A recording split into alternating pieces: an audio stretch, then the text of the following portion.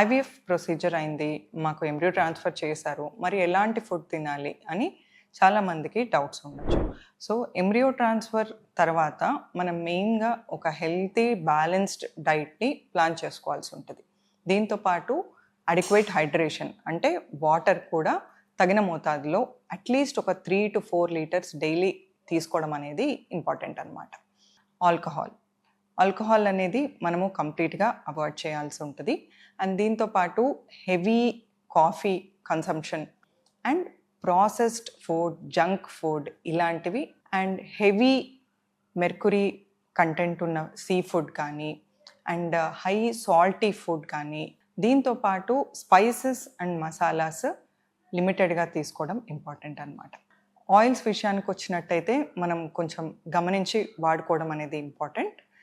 And meet, మెయిన్గా sea food విషయానికి వచ్చినట్టయితే మనము కుక్డ్ సీ ఫుడ్ తీసుకోవడం ఇంపార్టెంట్ అనమాట.